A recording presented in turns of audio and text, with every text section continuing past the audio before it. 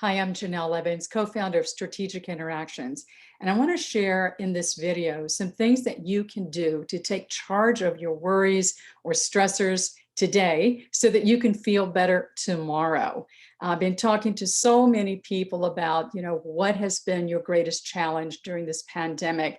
And, so many people obviously have felt very isolated, missing friends, family, coworkers. Others have unfortunately lost their jobs or businesses, but there's just been a lot of challenges in people being able to manage, the worries that they have and the things that are causing them a lot of stress. And in some ways, we're like just a few miles from the end of this marathon, and yet we don't have herd immunity with the great vaccines available. We'll get there, but we're close, but we're not there. We still don't have our quote unquote normal lives back. A lot of people were telling me that they just feel edgier and more impatient than ever. So I was kind of collecting themes last week from people about what their experiences have been. And I realized that it might be very helpful to just talk about, what is a worry, what is a stressor, and what are some things that you can do to kind of manage both of those, because they are different, but I think we lump them together. And so with this video, hope I can help you discern what is a worry, something that hasn't happened, and something as a stressor that is really real and in your life at the moment. So let me start by defining what is a worry and what is stress, right? So worry is what you experience when you focus on negative thoughts or ideas, unknown outcomes, on how things might not go well, right? So worry happens in your mind, not in your body. And generally, it'll be something that actually hasn't happened, something that we're anticipating or thinking about or ruminating about a lot. Again, how things might not go well. So is there any positive part to worrying, right? Well, in my research and experience with clients says that yes, there are. And actually, I read a great article by Dr. Luana Marquez, an associate professor of psychiatry at Harvard Medical School. And in that article, she says, worry is a way for your brain to handle problems in order to keep you safe. It's only when we get stuck thinking about a problem that worry is counterproductive. I think that's just so well said. So the next time you find yourself worrying obsessively, here are three things that you can do. Number one, give yourself a certain amount of time to just worry about whatever it is that you want to worry about, kind of quality worry time, right? And then put a clock on it. But then when that time is up, intentionally change your state and think about something else intentionally. Okay, so just let it go.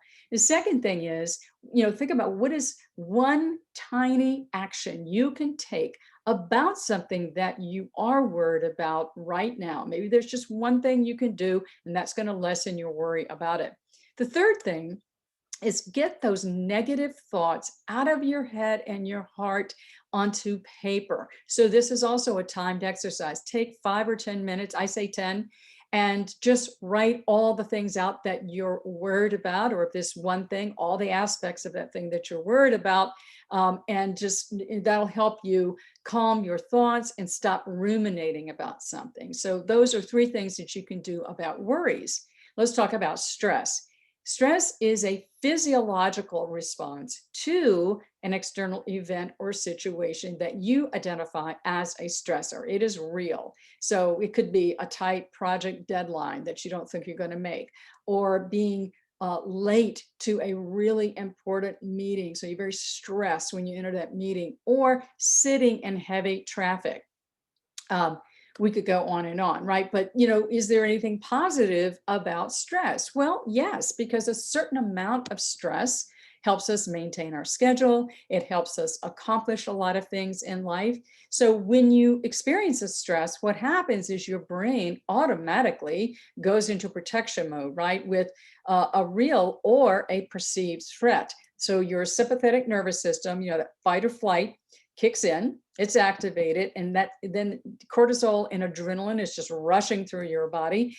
And it actually does feel like a rush sometimes, but that will lessen when the event or situation is resolved.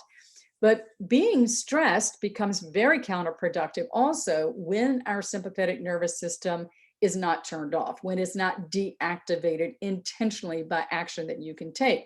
So it stays running just like a car without being turned off. And eventually, you know what's going to happen: burnout, health problems, all kinds of things will happen.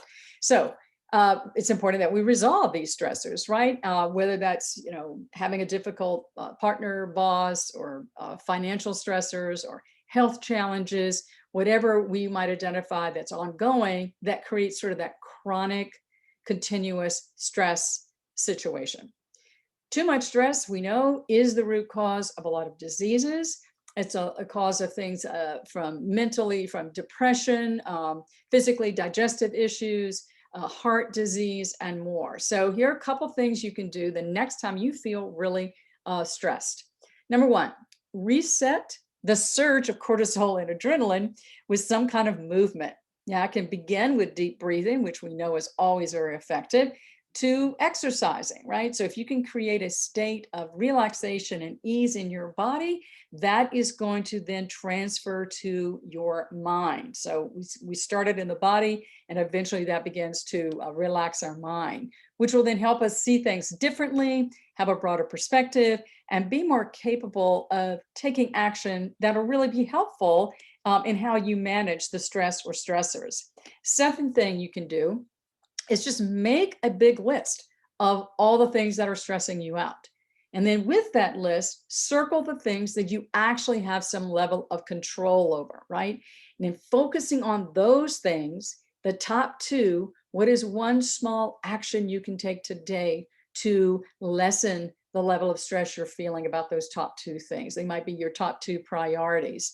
That will definitely help you kind of get it all out, from your mind to the paper.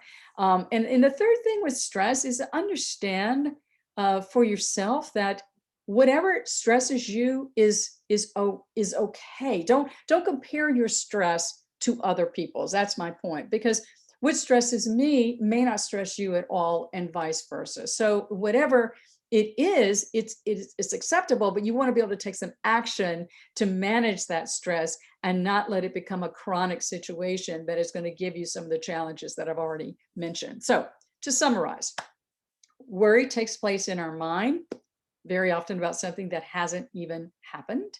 And stress takes place in our body. We have a physical response to it.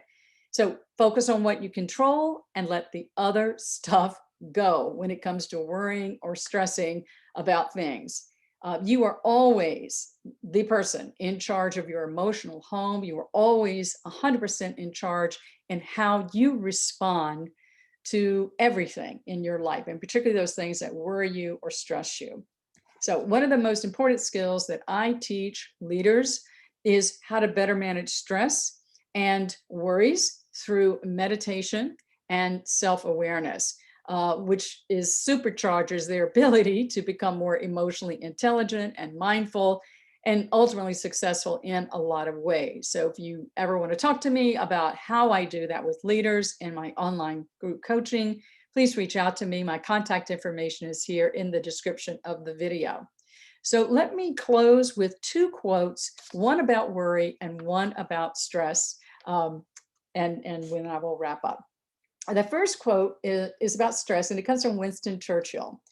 When I look back on all these worries, I remember the story of the old man who said on his deathbed that he had a lot of trouble in his life, most of which never happened. Okay, the second quote comes from Viggo Mortensen, the actor and author, and it's about stress. And he says, "One of the best pieces of advice I ever got was from a horse master. He told me to go slow to go fast. I think that applies to everything in life.